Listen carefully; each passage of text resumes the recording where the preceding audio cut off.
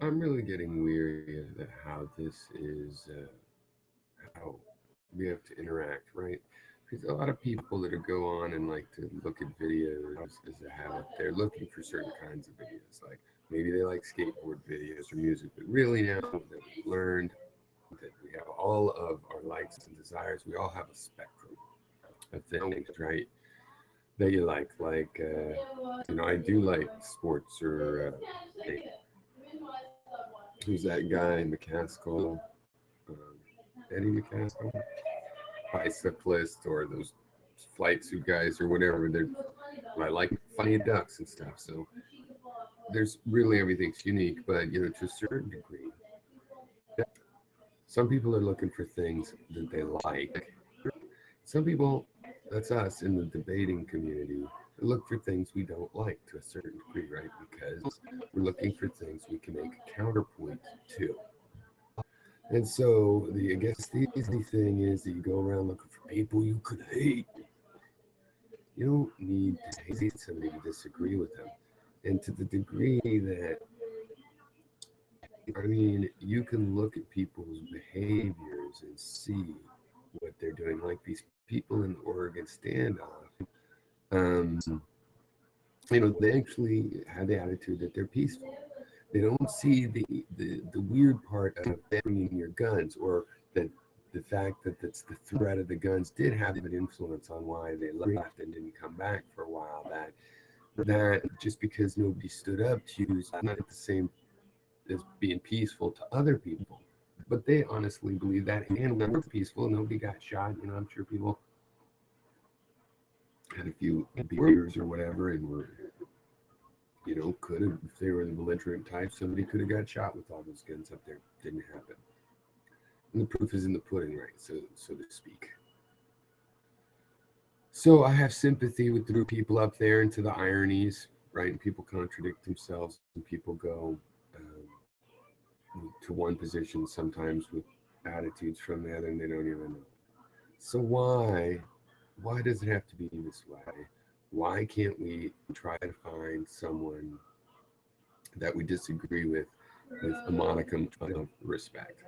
Okay, it's really hard to do to find somebody who ardently disagree with you, but also maintain respect, and then bully through the part of where you both realize. But I've always said to myself, I don't respect people with that kind of opinion. Well, you can respect people with that kind of opinion, possibly because maybe they don't really have that kind of opinion or whatever. I've had a lot of that when I was young, in high school. I was an atheist. A Christian friend was like, I don't want you to go to hell. At least come to Bible study. We'll do a Bible study specifically for to address with atheism. So we did a little bit of Bible study, right? Well, that's nice, and I want to save other people too, but to a certain degree, you got to have apathy and lay the hands off and just be slack about what other people decide to believe. And when you have this hobby of conversation, especially, doesn't mean you're going to marry someone like that or decide that that's who you want to vote for mayor or anything like that. Is nothing else is pre-decided about life, right? But in this hobby of conversation, you certainly will understand to take it both seriously, but not as a deadly sin. We can put the boundary on. We have actions that we can do in the real world, both voting and then the act of voting through your actions. Like you want to clean up the park, you can go down when they organize a cleanup day, clean it up. Or you can clean it up on your own, or you could be the one to organize the cleanup. There's a certain point of certain actions cross the line for other people. I think the armed occupation, the way it was done in the Oregon thing, crossed the line. On the other hand, I'm glad it was resolved without any more fatalities. Now, I wish they would have gotten Lavoy Finicum uh, alive, had not killed him. And things like that would be possible. I don't really know why they don't use tranquilizer darts or nets. I understand why they can't have a big shoot a big net. Various things that would make it impossible. I understand why they have to just shoot him, but it does seem like he was going for his gun. But anyway, so this is what I'm talking. Phoenix Rising. This is how people say hello. Piro, you really are an idiot, pontificating on whether quote unquote, maybe some combat vets have PTSD. No, I doubt I was doing that. This is like a 4 hour video. I don't remember what I said that made that, but probably I was talking about my own slight PTSD symptoms, what they're like. And often when I say that, I point out that it's not like, you know, it's not like diagnosable PTSD um, uh, to the level I can kind of cope with. But, I did go to a guy and their PTSD like symptoms. I don't put it down that I have PTSD on any things because I haven't been diagnosed. It's just that, I had a traumatic event that caused certain symptoms, and to a certain degree, life is traumatic. Maybe I have from childhood a traumatic way of interpreting things. It's informative for me to realize, and it has given me a lot of awareness. I've always had sympathy, um, but the idea of just how it works, how things staying in your short-term memory, and actually, we I was one thing that was really interesting is this. There's a Rockefeller. Richard Rockefeller was a doctor that had been now in his kind of early retirement. He wasn't that old. His 60s, I think. He died in a plane wreck. He was flying himself because he's a Rockefeller, but he was a doctor. He was studying PTSD.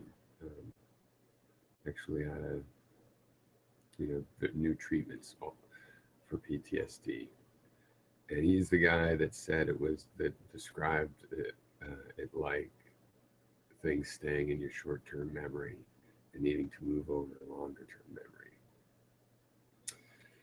So I didn't say maybe or just. I'm sure I did not insult. I never do. I have all the respect for people that join the service of their country in an honest way, and do not break the law or be corrupt. So yeah, I never. Why would you go? What did I possibly say? And if I did say something, I mean, no. You're a recent wannabe geek. Recent. Well, I'm 48, so I don't know how recent I am. Wannabe geek. I've never worked at anything else other than computer geeky stuff. That's how I've always made my living. So, who spent a lot of his life ring to overcome self-indulgent ennui. Now, why do you have to assume you can read me exactly? What do you benefit from that? You're going to say exactly what I am, and I'm going to recognize or something. Self-indulgent is an easy one, but I'm not trying to overcome ennui. That's for sure not. I always wanted to settle down. That's all I wanted and thought that would be solutions, and has it. And you manage to get a grip in your 40s. I don't know what you're talking about. I would feel like I've lost my grip in a sense. I've always been able to take care of myself, so in that sense, I had a grip. Emotionally or not another way, I don't see how you can watch my hangouts and think that I'm claiming all to have a grip. I'm not going to cop to not having one. Where's the hate coming from? I did not say anything against the veterans. And if it sounded a little bit, you need to open up your mind to the fact that there's millions of different people just in my nation alone, where maybe you live as well. And maybe you didn't quite understand, because before you think I'm trying to say something about maybe and PTSD that you have to get offended about, maybe you should just check whether it's really something that you need to get offended about. I've never been in a war or confronted by your peers who sacrificed a great deal of their personal time to something. Well, I have, because when I was born, I know a lot of Vietnam vets from my parents' generation, and my mom was a Vietnam era vet, in this early mid 70s. I lived in Berlin there with her as an army brat for a year of her tour or whatever. And I have known many veterans, and I did not say anything against them whatsoever. And I have no reason to. Um,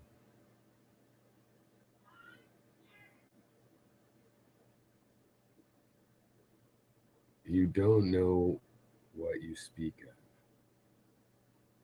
I don't really remember going on around or trying to pontificate by making some sort of comment. Pseudo intellectual consent. See, this is impossible to take personally. And what I really want to point out is that why is this the need of how we're going to? We have a hobby and we want to find people we disagree with because we like, straightening things out, making the counterpoint, we like making points and counterpoints. And so this is what we have to do as a result. Is it really? Because for me, it is not unified with treating people like shit. I do not do this hobby because I like to treat people like shit. I rather regret when I even lose my anger um, beyond a certain point. I don't mind at all going, hey, this is not, and that's fine. I don't like screaming. Sometimes it's happened online, and people, you have to quiet up a room. That has to be done. I don't like doing that, but it's got to be done to a certain degree. You have to have emotion, and if you take things seriously, you will naturally show you take things seriously. But I don't have to hate. And I can't remember. I got white supremacist people who I do really dislike their ideas, and I've told them to the point of saying, and it's dangerous and blah blah blah.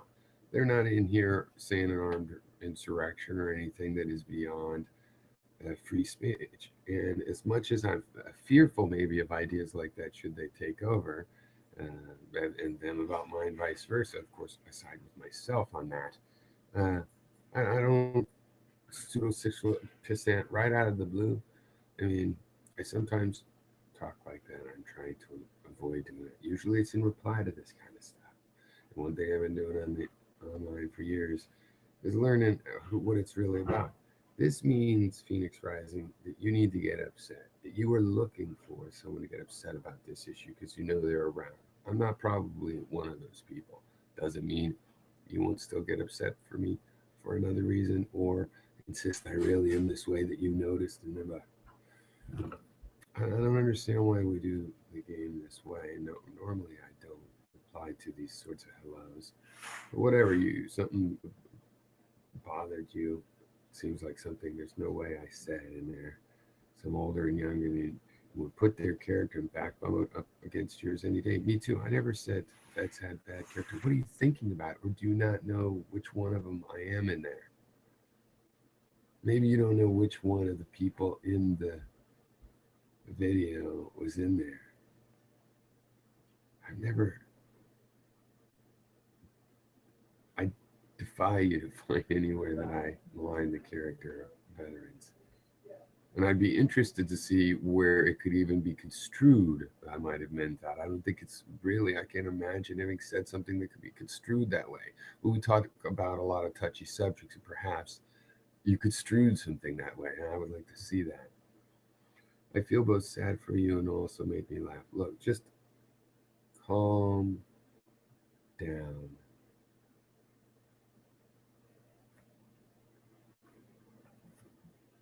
The odds of me waking up to my own immense ego. Yeah. I don't know what you mean by that, Phoenix. I don't have anybody else really to rely on to survive as a general thing.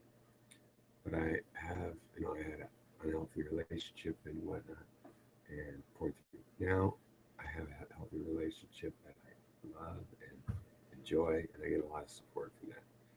Still, I give a lot of support to. That's a teamwork. So we as a unit now are, as I had said before, which is you have to rely on yourself. You have to have the confidence to try to rely on yourself in order to rely on yourself, or else you give up. So I have enough ego for that, and I have enough ego to try to be good at my job and stuff. But I'm not always good at my jobs, professional or personal. And I never said that I was. So immense ego, my ego is strong enough to bring me through the day and try to keep making a living, trying not to make the world too fucked up, possibly even a better place. And that there's many things that that I can't do, some of which I can't do and I'm not concerned of. It's like I can't do because I'm not that interested in. There's things that I failed at that I was tremendously interested in that were my number one priority. So there's things that have failed because they were my number one priority, and my way of addressing my number one priority was wrong. So somebody in my 40s managed to get a grip. Are you talking about because I talked when I was younger? You know, because I was probably a little hyperbolic, but was younger, I didn't understand. No, I've never been against that. When I was in eight, you know, I was an army brat. I had army brat friends. I actually have always been in defense of that from other levels. So I can't imagine I said anything like that. But I talked about being, uh, I mean, my idea of vets is always the ones that are out protesting war. Whenever you go protest war, there's always vets there. So I don't have a bad attitude about vets. And my own immense ego, well, I mean, yeah, no, I do realize, but that's not going to stop me from trying to have the confidence to go through life and survive. Because it's not that easy or automatic.